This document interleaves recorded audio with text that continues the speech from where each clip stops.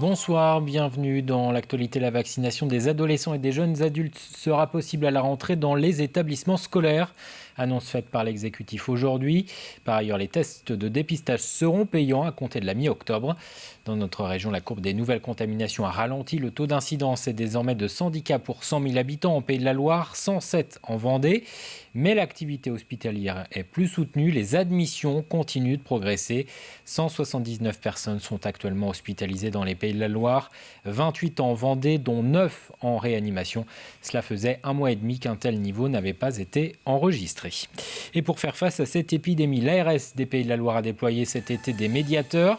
Une équipe était notamment ce mercredi après-midi à Maillezais pour rappeler les gestes barrières, répondre aux questions sur la vaccination et expliquer le fonctionnement des autotests. Aujourd'hui, on a les autotests qui, lorsqu'ils sont supervisés par un professionnel de santé, peuvent faire l'objet, peuvent être pris dans le cadre du pass sanitaire. Ça signifie quoi? Ça signifie que les personnes se testent en autonomie avec le dispositif de l'autotest, contrôlé et coordonné et expliqué par un référent de santé, médecin, pharmacien, infirmier, kinésithérapeute, chirurgien dentiste, qui peut en saisir le résultat au même titre que là aujourd'hui on est sur du dépistage par test antigénique coordonné par un référent de santé. L'idée c'est de pouvoir répondre plus largement à la demande du pass sanitaire. Image et interview signée Alexia Janet. Les obsèques du père Olivier Maire auront lieu vendredi après-midi à Saint-Laurent-sur-Sèvre. Le public ne sera pas autorisé à pénétrer dans la basilique. Un écran géant devrait être installé à l'extérieur. Les obsèques seront également retransmises en direct sur notre antenne. D'ici là, plusieurs moments de recueillement sont prévus. Hier soir, quelques centaines de personnes étaient déjà réunies à Saint-Laurent-sur-Sèvre pour rendre hommage aux prêtres.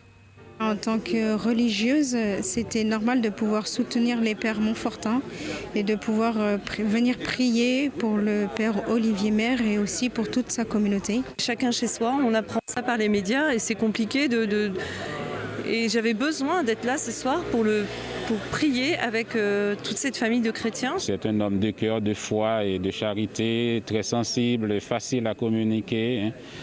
C'est un humaniste, donc c'est à cause de son humanité s'il est mort aujourd'hui. Et à mon avis, à mon humble avis, c'est à cause de son humanité.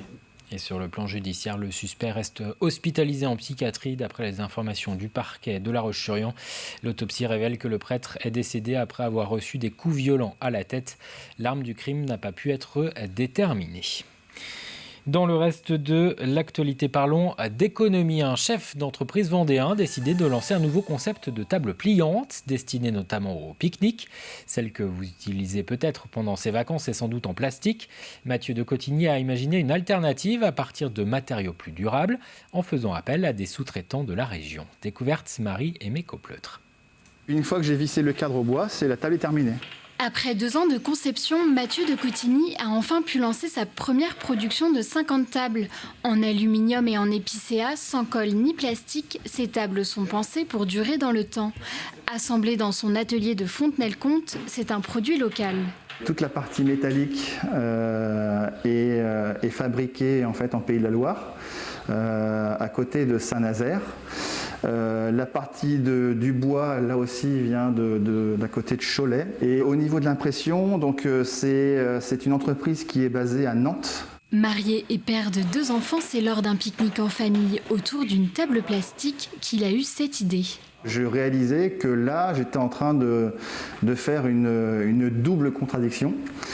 Puisque j'avais acheté un produit polluant et inesthétique pour aller dans un bel endroit et en pleine nature. J'ai regardé un peu ce qui se faisait sur le marché, parce qu'à l'époque j'étais salarié dans une entreprise et j'ai vu qu'il n'y avait pas ce type de produit. Et comme j'avais envie d'entreprendre depuis déjà très longtemps, eh bien, j'ai décidé donc de quitter mon emploi et de me lancer dans la grande aventure de l'entrepreneuriat et de faire des tables de pique-nique éco-responsables et design.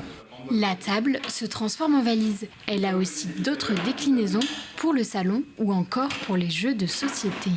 C'est lors de voyages qu'on a pu se rendre compte que, notamment aux États-Unis ou même en Asie, il y a des tables d'échecs qui sont mises à disposition des gens dans les parcs. Et donc nous, on a trouvé ça super comme idée de pouvoir le dupliquer et le mettre sur une table de pique-nique. Une fois que on a fini son pique-nique, les enfants peuvent jouer, ou même les adultes, et ça participe là aussi à, on va dire, à la convivialité. Aujourd'hui, son activité fonctionne bien, mais la crise sanitaire l'a un peu affecté dans ses projets, notamment sur le prix des matières premières qui ne cesse d'augmenter. On ouvre une page sport avec d'abord ces animations proposées sur la plage de Sion à Saint-Hilaire-de-Riez. C'était la 3e édition du Beach Sport Tour Festival avec des démonstrations et des initiations à différentes disciplines. Une action pour promouvoir également les associations du territoire qui proposent ces activités tout au long de l'année. C'est vrai que les gens peuvent venir profiter de la mer, mais également des activités qu'on leur propose. Donc c'est vraiment un bon cocktail entre mer, plage, animation sportive. Plusieurs activités sont proposées pour une somme de 2 €. Voilà, il faut que les gens achètent un petit bracelet, et avec ce petit bracelet, ils peuvent faire l'ensemble des activités qui sont proposées sur la plage. Donc il y a du foot, du rugby, foot américain, du beach tennis, de l'escalade et du drone soccer. Et arrêtons-nous sur une autre discipline, le surf. Si les plages vendéennes font désormais partie des sites bien identifiés pour la pratique, les prochains championnats de France auront d'ailleurs lieu au Sable d'Olonne. Ce n'était pas le cas il y a 40 ans. Le surf vendéen n'en était qu'à ses balbutiements. C'est cette histoire que raconte Samuel Loussoirne dans un livre à paraître prochainement. Cyril Guillet. Aujourd'hui, si les spots de surf sont bondés, dans les années 80, la pratique de ce sport restait confidentielle et réservée à quelques initiés. Samuel Loussoirne revient sur les prémices du surf en Vendée dans cet ouvrage. Le livre s'appelle Guide du surfeur des années 80. C'est plus un témoignage nostalgique et décalé, humoristique sur le surf dans cette décennie-là. Et j'ai voulu, pour avoir justement ce côté décalé, j'ai voulu le mettre en forme sous forme de guide. Donc c'est un faux guide. Pour écrire ce livre, il s'est rapproché d'une des figures locales, Kiki de Baya, un des pionniers du surf en Vendée. C'est le premier surfeur vendéen à avoir participé au championnat de France de surf. C'était en 1987. C'est le premier surfeur vendéen aussi qui a été sponsorisé par Rip Curl et puis par les planches Stark. La grosse tendance à l'heure actuelle, c'est de venir sur des shapes un peu rétro. Donc on avait dans les années 80 des planches avec beaucoup de volume. À l'époque, le matériel n'avait rien à voir avec celui utilisé aujourd'hui. Et ce n'est pas Kiki qui dira le contraire. Un coup de surf, ça se méritait. Nous, on a commencé avec du brick et du broc. Plein de choses. Moi, j'avais le bas d'une combinaison de plongée. Quand il faisait froid, on a commencé à mettre un pull et un kawaii par-dessus. On n'avait rien d'autre. Une époque qui paraît déjà bien loin, car pour s'acheter une planche, il fallait descendre à Biarritz. J'ai commencé avec une planche qui avait été shapée pour surfer des vagues de 4-5 mètres à Hawaï. Donc j'arrivais à monter debout. Par contre, dès que je voulais tourner, la planche qui était étroite comme ça à l'arrière, pouf, elle s'arrêtait. Elle n'était pas faite pour ce genre de vagues. Maintenant, quand on voit les planches en mousse, là, on monte debout, c'est des paquebots, ça va tout droit, c'est fabuleux. Et c'est aussi à cette époque que les différents spots vendéens ont été découverts. Dès qu'il y avait des bonnes vagues, on savait où aller. Et puis les jours où c'était un peu moyen, sur la plage, on va essayer de marcher un peu plus, voir si on trouve un autre spot un peu plus loin, derrière la pointe ou un truc comme ça. Et c'est comme ça qu'on a découvert un peu tous les nouveaux spots. C'est aussi avec les Australiens et les Anglais qui descendaient avec leurs vannes depuis l'Angleterre jusqu'au Portugal et au Maroc. Les Vendéens se sont rendus compte que sur nos petites vagues, qui n'étaient pas forcément petites d'ailleurs, on pouvait également surfer. Et c'est comme ça que la découverte des différents spots de surf a commencé dans les années 80, où on a découvert qu'on pouvait surfer à Bretignolles, à la Sauzet, alors qu'avant on pensait que c'était beaucoup trop dangereux. Et donc c'est vraiment à partir de ces années 80 que le bouche à oreille a fait que les gens se sont dit oui, on peut surfer en Vendée. Le guide du surfeur des années 80 est en vente jusqu'au 10 septembre uniquement sur la plateforme de financement participatif Ulule. Et continuons à remonter le temps avec cette fois un édifice qui date de plusieurs siècles, la tonnelle du Perret à Léroux. Les hypothèses autour de cette tour prétendent qu'elle aurait pu servir de sémaphore pour alerter en cas de danger venant du littoral. Mais un passionné s'est penché sur le sujet. Pour lui, il s'agit de vestiges d'un ancien moulin à vent. Les explications de Grégoire de Châtillon. Pour cet habitant de la commune de Léroux, c'est sûr, cette ruine de pierre calcaire serait un vestige des moulins primitifs qui autrefois peuplaient notre département par centaines. La tonnelle du Perret serait l'un des rares encore sur pied. La curiosité d'Yves Lequellec, par ailleurs président de France Nature Environnement Vendée, l'a poussé à s'intéresser à ce monument peut-être très ancien. En fait, il faut comprendre que ce sont les premiers moulins à vent qui ont existé dans la région à partir, en gros, du XIIIe siècle.